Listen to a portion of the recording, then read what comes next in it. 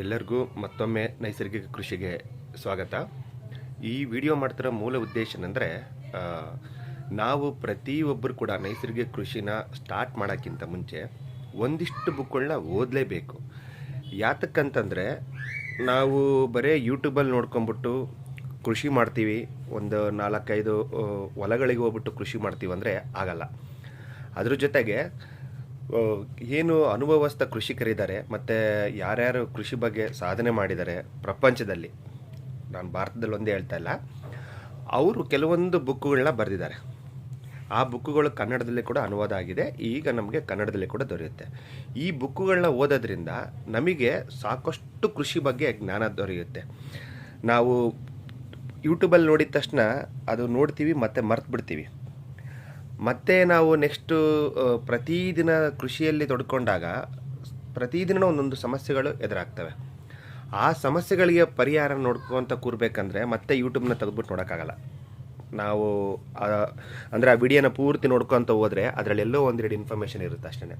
But ಈ ಬುಕ್ಕುಗಳನ್ನ ಓದೋದ್ರಿಂದ, ಈ ಬುಕ್ಕುಗಳನ್ನ ಓದ್ಕೊಂಡು ನೀವು ಇದರಲ್ಲಿ ಯಾವುದಾದ್ರು ಇಂಪಾರ್ಟೆಂಟ್ ನಿಮಗೆ ಏನು ಬೇಕನ್ಸುತ್ತೋ ಅದನ್ನು ಒಂದಿಷ್ಟು ನೋಟ್ ಮಾಡಿ ಇಟ್ಕೊಂಡ್ರೆ ಖಂಡಿತವಾಗಿ ನೀವು ಯಾರ ಹತ್ರನೂ ಕೃಷಿ ಬಗ್ಗೆ ತಿಳ್ಕೊಳಕ್ಕೆ ಹೋಗೋ ಅವಶ್ಯಕತೆ ಇಲ್ಲ. ಅಂದರೆ ಒಂದಿಷ್ಟು ಜ್ಞಾನ ನಿಮಗೆ ದೊರೆಯುತ್ತೆ ಇದರಿಂದ. ಅದಾದಮೇಲೂ ನೀವು ಯೂಟ್ಯೂಬಲ್ಲಿ ಕೂಡ ವಿಡಿಯೋಸ್ ನೋಡಿ, ಯಾರು ತೋಟಗಳನ್ನ ಮಾಡಿದ್ದಾರೆ ನೈಸರ್ಗಿಕ ಕೃಷಿನ, ಆ ತೋಟಗಳಿಗೂ ಕೂಡ ವಿಸಿಟ್ ಕೊಟ್ಕೊಳ್ಳಿ. ಅದ್ರ ಜೊತೆಗೆ ಈ ಬುಕ್ಗಳನ್ನ ಓದೋದು ತುಂಬ ಅನುಕೂಲ ಅಂತ ನನ್ನ ವೈಯಕ್ತಿಕ ಅಭಿಪ್ರಾಯ. ಯಾಕಂದರೆ ನಾವು ಯೂಟ್ಯೂಬಲ್ಲಿ ಎಷ್ಟೋ ವಿಧದ ನೈಸರ್ಗಿಕವಾಗಿ ಯಾವ ರೀತಿ DAPನ ನಾವೇ ಉತ್ಪಾದನೆ ಮಾಡ್ಕೋಬೋದು, ಯೂರಿಯಾನ ಯಾವ ರೀತಿ ಮಾಡ್ಕೋಬೇಕು, ಪೊಟ್ಯಾಷಿಯಮ್ ಯಾವ ಥರ ಮಾಡ್ಕೋಬೇಕು, ಮತ್ತು ಕಳೆನಾಶಕನ ಯಾವ ರೀತಿ ಮಾಡ್ಕೋಬೇಕು, ಯಾವುದಾದ್ರೂ ರೋಗ ರುಜಿನ ಬಂದರೆ ಆ ರೋಗ ರುಜಿನಗಳನ್ನ ಹೋಗ್ಲಾಡಿಸ್ಲಿಕ್ಕೆ ಯಾವ್ಯಾವ ಔಷಧಿಗಳನ್ನ ರೆಡಿ ಮಾಡ್ಕೋಬೇಕು ಅಂತೇಳ್ಬಿಟ್ಟು ಒಂದಿಷ್ಟು ವಿಡಿಯೋಗಳನ್ನ ನೋಡಿವಿ. ಆ ಎಲ್ಲ ರೀತಿಯ ಇನ್ಫಾರ್ಮೇಷನ್ನು ಇದಿಷ್ಟು ಬುಕ್ಕಲ್ಲೂ ಇದೆ. ನಾನು ಹೇಳೋದೇನೆಂದರೆ, ಪ್ರತಿಯೊಬ್ಬ ರೈತನೂ ಕೂಡ ಒಬ್ಬ ವಿಜ್ಞಾನಿ ಆಗಬೇಕು. ಆಗ ಮಾತ್ರ ನಾವು ಕೃಷಿಲಿ ಸಾಧನೆ ಮಾಡೋಕ್ಕಾಗುತ್ತೆ ಮತ್ತು ಕೃಷಿಲಿ ಸಮೃದ್ಧವಾದ ಬೆಳೆನ ಬೆಳೆಯೋಕ್ಕೆ ನಾವು ಸಾಧ್ಯವಾಗುತ್ತೆ. ಬೆಲೆ ಬಗ್ಗೆ ಅದು ಎರಡನೇ ರೀತಿ. ಮೊದಲನೇದಾಗಿ ನಾವು ಯಾವುದೇ ರೀತಿಯಾಗಿರ್ತಕ್ಕಂಥ ರೋಗ ರುಜಿನ ಇಲ್ಲದೆ ಇರತಕ್ಕಂಥ ಬೆಳೆಗಳನ್ನು ಮತ್ತು ಸಮೃದ್ಧಿಯಿಂದ ಬೆಳೆದ್ರೆ ರೈತರಾಗಿ ನಾವು ಸುಮಾರು 50-60% ಸಕ್ಸಸ್ ಆದಂಗೆ ಆಗುತ್ತೆ. ಅಂದರೆ ನಾವು ಕಡಿಮೆ ಖರ್ಚಿನಲ್ಲಿ ಅತಿ ಹೆಚ್ಚು ಇಳುವರಿನ ತೊಗೊಂಡ್ರೆ ಅದಕ್ಕಿಂತ ದೊಡ್ಡ ಸಾಧನೆ ಇನ್ಯಾವುದಿಲ್ಲ. ಸೊ ಹಾಗಾಗ್ಬಿಟ್ಟು ನಾನು ಈಗ ಒಂದೊಂದೇ ಪುಸ್ತಕದ ಬಗ್ಗೆ ಹೇಳ್ತಾ ಹೋಗ್ತೀನಿ. ಮೊದಲನೇದಾಗಿ ಒಂದು ಹುಲ್ಲಿನ ಕ್ರಾಂತಿ ಅಂತೇಳ್ಬಿಟ್ಟು ಒಂದು ಬುಕ್ ಇದೆ. ಇದು ಜಪಾನ್ನ ಮೊಸೊನೊಬು ಫುಕುವೋಕ ಅಂತೇಳ್ಬಿಟ್ಟು ಇವರು ಅಂದರೆ ಇವ್ರು ಮಾಡಿರ್ತಕ್ಕಂಥ ಒಂದು ಕ್ರಾಂತಿ. ಇದು ಭಾರತದಲ್ಲಿ ಎಲ್ಲ ಭಾಷೆಯಲ್ಲೂ ಕೂಡ ಇದಿದೆ, ಕನ್ನಡ, ತೆಲುಗು, ತಮಿಳು ಎಲ್ಲದರಲ್ಲೂ ಬರುತ್ತೆ. ಅದೇ ರೀತಿ ಕನ್ನಡದಲ್ಲೂ ಕೂಡ ಪ್ರಿಂಟ್ ಆಗಿದೆ. ಇದನ್ನು ನಾವು ಅಂದರೆ ಏನು ಈ ಫುಕುವೋಕ ಇದ್ದಾರಲ್ಲ, ಇವ್ರನ್ನ ನಾವು ನ್ಯಾಚುರಲ್ ಫಾರ್ಮಿಂಗ್ ಅಂದರೆ ನೈಸರ್ಗಿಕ ಕೃಷಿಯ ಪಿತಾಮಹ ಅಂತೇಳಿದ್ರು ತಪ್ಪಾಗಲ್ಲ. ಇವರೇ ಇದಕ್ಕೆ ಅಡಿಪಾಯ ಅಂತೇಳಿದರೆ ಹೇಳ್ಬೋದು. ಇನ್ನು ಈ ಬುಕ್ಕನ್ನು ಓದೋದ್ರಿಂದ ನಿಮಗೆ ನೈಸರ್ಗಿಕ ಕೃಷಿ ಯಾವ ರೀತಿ ನಿರ್ಮಾಣ ಆಗುತ್ತೆ, ಯಾವ ರೀತಿ ನಾವು ನೈಸರ್ಗಿಕ ಕೃಷಿಯಲ್ಲಿ ತೊಡಗಿಸ್ಕೋಬೇಕು ಅಂತೇಳ್ಬಿಟ್ಟು ಒಂದಿಷ್ಟು ಮಾಹಿತಿ ಸಿಗುತ್ತೆ. ಆದರೆ ನೀವು ಒಂದು ಟೈಮ್ ಈ ಬುಕ್ನ ಓದಿದರೆ ಖಂಡಿತವಾಗಿ ಅರ್ಥ ಆಗೋದು ಕಷ್ಟ ಅನಿಸುತ್ತೆ. ಯಾಕಂದರೆ ಕೆಲವೊಂದು ಪದ ಜೋಡಣೆಗಳು ಆ ಥರ ಇದೆ, ನಿಮಗೆ ಅದನ್ನು ಅರಿಕಣಕ್ಕೂ ಆಗಲ್ಲ. ಈ ಥರನೂ ಮಾಡ್ಬೋದಾ ಅಂತೇಳ್ಬಿಟ್ಟು ಅನಿಸುತ್ತೆ. ಬಟ್ ಇದನ್ನು ನೀವು ಓದಲೇಬೇಕು. ಈ ಬುಕ್ಕದ ಹೆಸರು ಬಂದ್ಬಿಟ್ಟು ಒಂದು ಹುಲ್ಲಿನ ಕ್ರಾಂತಿ ಅಂತ ಹೇಳ್ಬಿಟ್ಟು. This is the pillar of the natural farming actually. ಇದಾದ ಮೇಲೆ ನೆಕ್ಸ್ಟು ನಾನು ಹೇಳೋದು ನೈಸರ್ಗಿಕ ಕೃಷಿ, ಶೂನ್ಯ ಬಂಡವಾಳದ ನೈಸರ್ಗಿಕ ಕೃಷಿ ಅಂತ ಹೇಳ್ಬಿಟ್ಟು. ಈಗ ನಾವು ಏನು ನಮ್ಮ ತೋಟದಲ್ಲಿ 36 ಅಡಿದು ಏನು ಡಯಾಗ್ರಾಮ್ ಹಾಕ್ಕೊಂಬಿಟ್ಟು ನಾನು ನಮ್ಮ ತೋಟದಲ್ಲಿ ಇಂಪ್ಲಿಮೆಂಟ್ ಮಾಡಿರೋದು ಸುಭಾಷ್ ಪಾಳೇಕರ್ ಅವ್ರ ಪದ್ಧತಿಯಲ್ಲಿ ಮಾಡಿರೋದು. ಈ ಬುಕ್ಕನ್ನು ನೀವು ಓದೋದ್ರಿಂದ ಪಾಳೇಕರ್ ಅವರ ನೈಸರ್ಗಿಕ ಕೃಷಿ ಅಂದರೆ ಶೂನ್ಯ ಬಂಡವಾಳ ಕೃಷಿನ ಯಾವ ರೀತಿ ಮಾಡ್ಬೋದು. ಪಾಳೇಕರ್ ಅವ್ರು ಹೇಳ್ತಾ ಇರೋದೇನೆಂದರೆ, ಕೃಷಿಲಿ ಯಾವುದೇ ಬಂಡವಾಳ ಹಾಕದೇನೆ ಕೂಡ ನಾವು ಕೃಷಿನೂ ಮಾಡ್ಬೋದು ಅಂತ ಹೇಳ್ತಾರೆ. ಆದರೆ ಆ ರೀತಿ ಮಾಡಲಿಕ್ಕೆ ನಮಗೆ ಟೈಮ್ ತೊಗೊಳುತ್ತೆ. ಅದು 2-3 ವರ್ಷ ಬೇಕಾಗುತ್ತೆ. ಸೊ ಇನಿಷಿಯಲ್ ಸ್ಟೇಜಲ್ಲಿ ನಾವು ಬಂಡವಾಳ ಹಾಕಲೇಬೇಕು. ಈ ಬುಕ್ಕನ್ನು ಓದೋದ್ರಿಂದ ನಿಮಗೆ ಒಂದಿಷ್ಟು ಮಾಹಿತಿ ಗೊತ್ತಾಗುತ್ತೆ ನೈಸರ್ಗಿಕ ಕೃಷಿನ ಯಾವ ರೀತಿ ಮಾಡಬೇಕಂತ ಹೇಳ್ಬಿಟ್ಟು. ಸುಭಾಷ್ ಪಾಳೇಕರ್ ಅವರು ಇದನ್ನು ಮಾಡಿರೋದು. ಕನ್ನಡದಲ್ಲಿ ಇದನ್ನು ಸ್ವಾಮಿ ಆನಂದನವರು ಬರೆದಿದ್ದಾರೆ. ಸೊ ನೈಸರ್ಗಿಕ ಕೃಷಿ ಅಂತ ಹೇಳ್ಬಿಟ್ಟು ಇದೊಂದು ಬುಕ್ ಸಿಗುತ್ತೆ. ಈ ಬುಕ್ನ ನಾವು ಓದಿದರೆ ತುಂಬ ಅನುಕೂಲ ಆಗುತ್ತೆ. ಅದಾದಮೇಲೆ ಸುಸ್ಥಿರ ಕೃಷಿಯ ಪಾಠಗಳು. ನಮಗೆಲ್ಲ ಗೊತ್ತಿರೋ ಥರ ನಾಡೋಜ ಪ್ರಶಸ್ತಿ ತೊಗೊಂಡಿರ್ತಕ್ಕಂಥ ನಾರಾಯಣ್ ರೆಡ್ಡಿ ಅವರು ಒಂದಿಷ್ಟು ಮಾಹಿತಿನ ಕೊಟ್ಟಿದ್ದಾರೆ. ಸುಸ್ಥಿರ ಕೃಷಿ ಪಾಠಗಳು ಅಂತ ಹೇಳ್ಬಿಟ್ಟು ಇದೆ.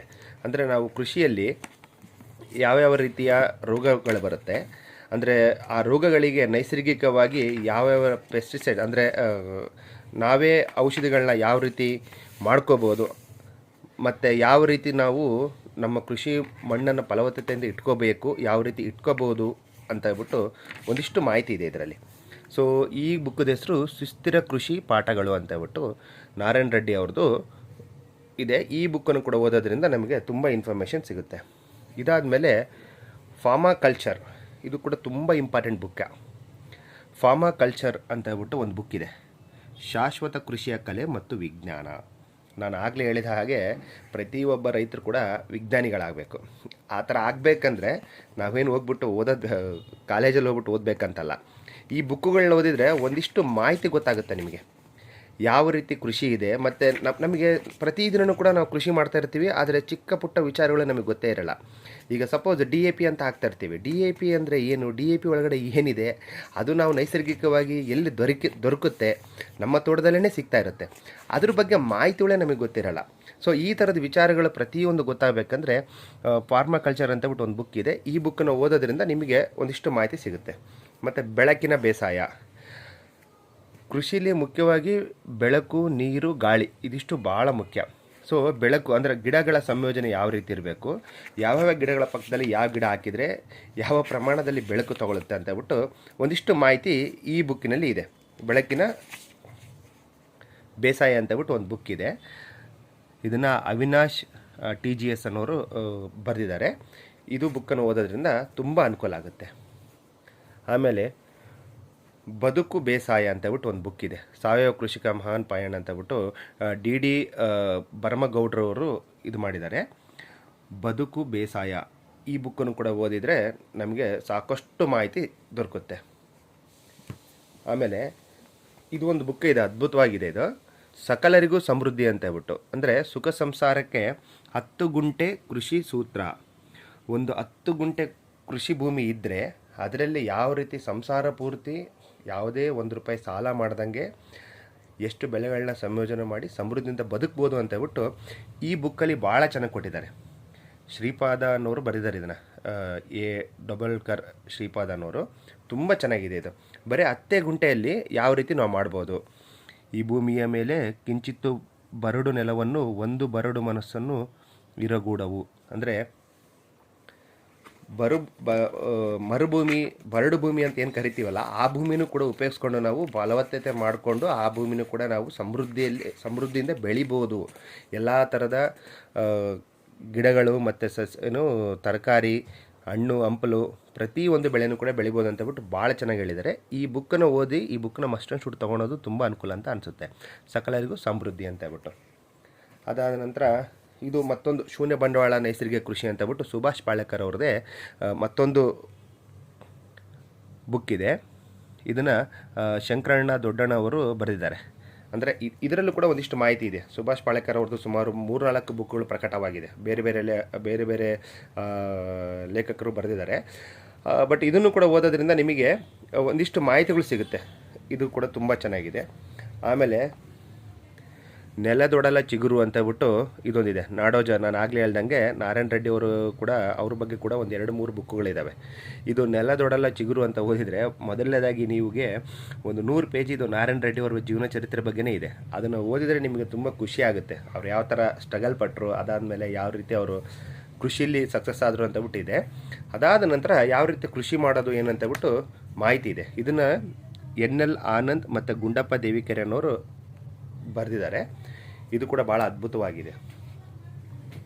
ಮತ್ತು ಹಸಿರು ಹೊನ್ನು ಅಂತ ಹೇಳ್ಬಿಟ್ಟು ಒಂದು ಬುಕ್ ಇದೆ. ಇದು ತುಂಬ ಚೆನ್ನಾಗಿದೆ ಆ್ಯಕ್ಚುಲಿ. BGL ಸ್ವಾಮಿಯವರು, ಡಾಕ್ಟರ್ BGL ಸ್ವಾಮಿಯವರು ಬರೆದಿದ್ದಾರೆ.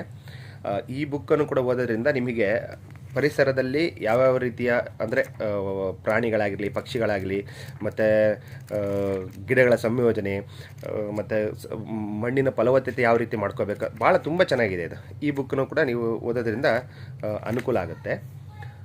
ಬುಕ್ಕದ ಹೆಸರು ಬಂದ್ಬಿಟ್ಟು ಹಸಿರು ಹೊನ್ನು, ಡಾಕ್ಟರ್ BGL ಸ್ವಾಮಿ ಅವರು ಇದು ಮಾಡಿರೋದು. ಮತ್ತು ಬರ್ನಾರ್ಡ್ ಡಿಕ್ಲಾರ್ಕ್, ಇದು ಸಾವಯವ ಬೇಸಾಯ ರೀತಿ ರಿವಾಜು. ನಾರಾಯಣ್ ರೆಡ್ಡಿ ಅವರು ಇವರಿಂದನೇ ಪ್ರೇರಿತ ಆಗಿದ್ದು. ಬರ್ನಾರ್ಡ್ ಡಿಕ್ಲಾರ್ಕ್ ಅಂತ ಹೇಳ್ಬಿಟ್ಟು ಇವರು ಫಾರಿನ್ ಅವರು, ಯುರೋಪ್ ಕಂಟ್ರಿ ಅವರು. ಈ ಬುಕ್ಕನ್ನು ಓದೋದ್ರಿಂದ ನಿಮಗೆ ಯಾವ ರೀತಿ ಅವರು ಇಂಡಿಯಾ ಅಂದರೆ ಭಾರತದ ಮಣ್ಣಿನ ಫಲವತ್ತತೆ ಯಾವ ರೀತಿ ಇದೆ, ಮತ್ತು ಹಸುಗಳಲ್ಲಿ ಯಾವ ರೀತಿ ಶಕ್ತಿ ಇದೆ, ಅಂದರೆ ಹಸುವಿನ ಗಂಜಲ ಮತ್ತು ಸಗಣಿಯಲ್ಲಿ ಯಾವ ರೀತಿಯ ಪೋಷಕಾಂಶಗಳಿದೆ ಅದನ್ನು ಕೂಡ ಹೇಳಿದ್ದಾರೆ. ಮತ್ತು ಇವರು ಕೂಡ ಸಹಜ ಕೃಷಿಯ ಒಂದು ಪಿತಾಮಹ ಅಂತ ಹೇಳಿದ್ರು ತಪ್ಪಾಗಲ್ಲ. ಸೊ ಈ ಬುಕ್ಕನ್ನು ಓದೋದ್ರಿಂದ ನಿಮಗೆ ಒಂದಿಷ್ಟು ಮಾಹಿತಿ ಸಿಗುತ್ತೆ. ಆಮೇಲೆ ಸಾವಯವ